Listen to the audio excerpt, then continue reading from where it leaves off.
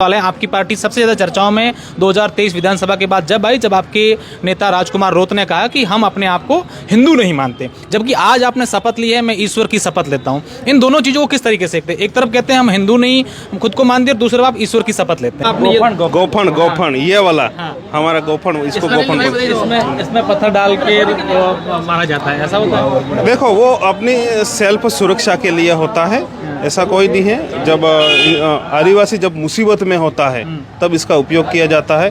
ये ताज के लिए भी होता है और साथ में सुरक्षा को प्रदान भी करता है। हम आज वो स्थिति बनी हुई है कि आदिवासियों को उतना महत्व मिल रहा है तमाम सरकारों की ओर से, राज्य सरकार की बात करें या फिर केंद्र सरकार की बात को यही जागरूक करें। हम लोग देश के मालिक हैं और मालिकों को उनका जो अधिकार है वो नहीं दिया जा रहा है। तो संविधान के दायरे में रह करके हमारी जो लड़ाई है हम लड़ रहे हैं। बिल्कुल, बिल प्रदेश तो हमारी पहली मांग है।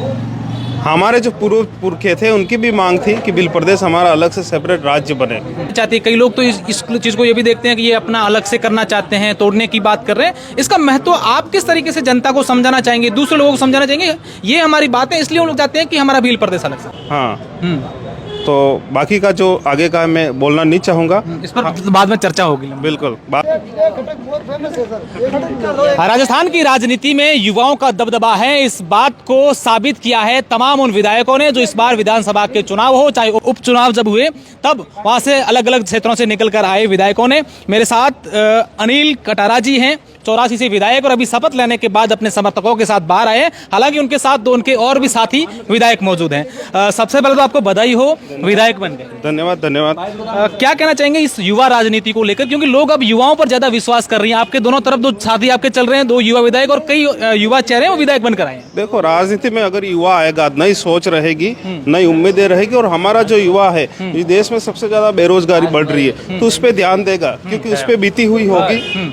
तो वो सोचेगा कि क्यों नहीं इस देश में, जो ये देश अगर टिका हुआ है, राज्य टिका हुआ, तो युवाओं पर टिका हुआ, और इन युवाओं के लिए अपन कुछ नहीं कर पाएंगे तो फिर इस यहाँ चलना बहुत ही मुश्किल है। जिला परिषद सदस्य से सीधा विधानसभा की चौखट पर पहुंचे हैं, इससे पहले सोचा था या फिर तमाम उन लोगों का साथ सहयोग रहा? देखो, हमारे वहाँ जो विचारधारा है हमारी, वो विचारधारा मजबूत है। ये जो जीत है किसी व्यक्ति विशेष की जीत नहीं है, हमारी जो विचारधारा उस विचारधारा की जीत है, और ये विचारधारा बहुत लंबी जाने वाली है।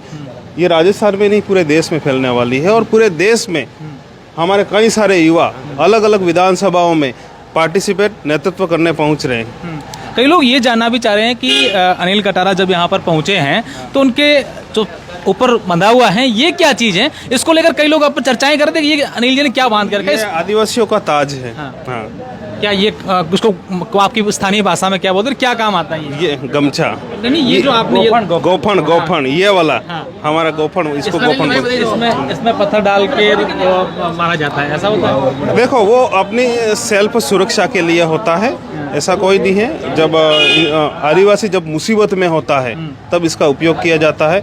ये ताज के लिए भी होता है और साथ में सुरक्षा को प्रदान भी करता है। हम देखते हैं कि प्रकृति की हमेशा से रक्षा के लिए आदिवासियों को हमेशा तवज्जो दिया जाता है, इस नाम से पहचाने कि प्रकृति की हमेशा से रक्षा की हो, चाहे पुराने जमाने की बात। क्या आज वो स्थिति बनी हुई है कि आदिवासियों को उतना महत्व मिल रहा है तमाम सरकारों की ओर से, राज्य सरकार की बात करें या फिर केंद्र सरकार की बात? कागजों में तो काफ़ी कुछ लिख रखा है, पर उसका धरातल पे इम्प्लीमेंट नहीं हो रहा है। और हम जो लोग यहाँ आ रहे हैं, हमारी यही मांग है कि जो संविधान में जो लिखा हुआ है वही चीज़ें ओरिजिनल धरातल पे इम्प्लीमेंट हो उसका, और उसका प्रयास कर रहे हैं हम लोग कि इस देश का जो मालिक है आदिवासी, उसको मालिकाना हक मिले। और ये अभी आपने पढ़ा भी होगा कि हमारे देश के उपराष्ट्रपति है वेंकैया नायडू, उन्होंने भी कहा है कि आदिवासियों को उनका सम्मान मिलना चाहिए, उनका अधिकार मिलना चाहिए।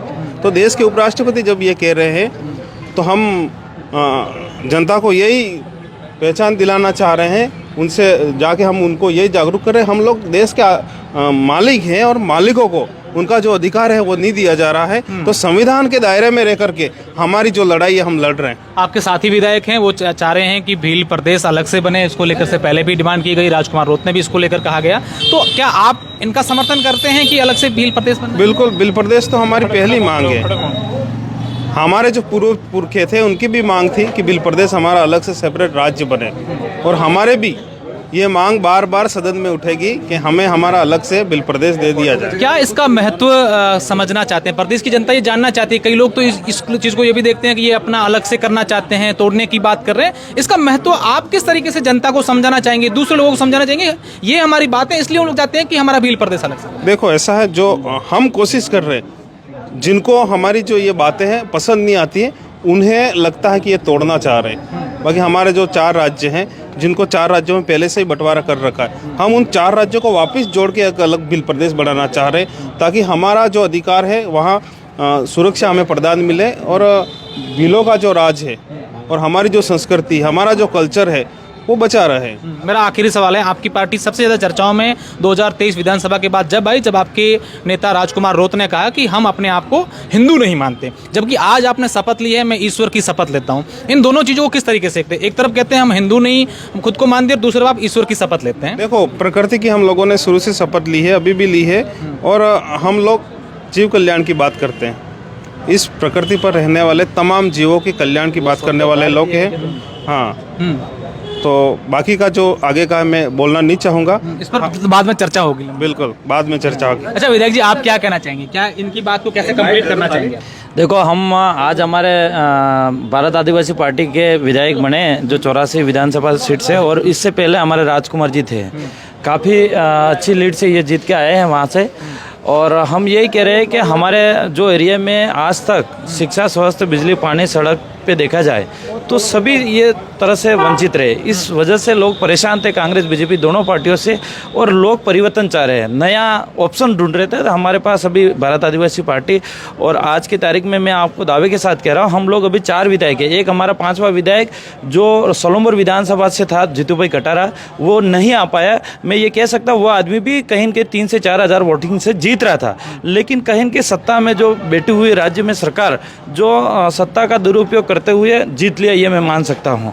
तो वो भी जीतता था, हमारे 5 विधायक होते, लेकिन मैं 2028 में दावे के साथ कह रहा हूँ कि हम 12 सीटें, 12 से 13 सीटें उस एरिया से जीत के लेके आएंगे ट्राइबल एरिया। क्या इसको लेकर भी चर्चाएं हो रही है कि आने वाले चुनावों में हम लोग जो हैं वो पूरे प्रदेश में हमारे प्रत्याशी उतारे, जहां पर भील बाहुल्य क्षेत्र है, आदिवासी बाहुल्य क्षेत्र है? पहली प्राथमिकता हमारी रहेगी ट्राइबल एरिया के अंदर हमारा जो टीएसपी एरिया है, इसके उदयपुर संभाग और बांसवाड़ा संभाग है। इसके अलावा फिर हमारे यहाँ पे जो सीट हमें लगेगी, और हमारे जो सिलेक्शन प्रणाली के आधार पर जो टिकट दी जाती है, इसके आधार पर हम यहाँ पे टिकट डिक्लेयर करेंगे। निश्चित तौर पर ये तमाम वो विधायक हैं पार्टी से यहाँ पर निकले, और हमने बातचीत की, उन्होंने अपनी पूरी बात जो है वो बताई है।